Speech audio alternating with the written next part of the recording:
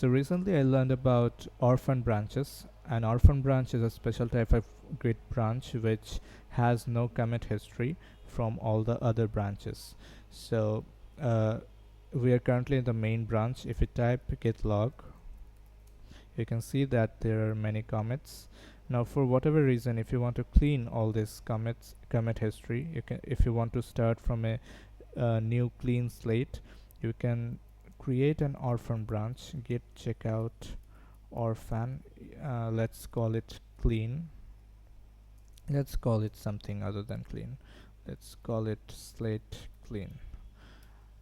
Now we're in the branch slate clean. Now the special thing about this is that it's a branch with no commit history. If you type git log, you can see that there is no commit history.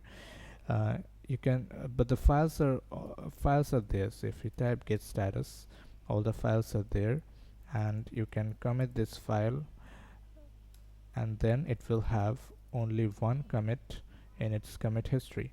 You can rename it to main, you can push it to your origin, and then nobody can see your previous commits. The thing is that I don't know any specific use case in which we can use orphan branch. So if you know, you can comment. Thank you very much.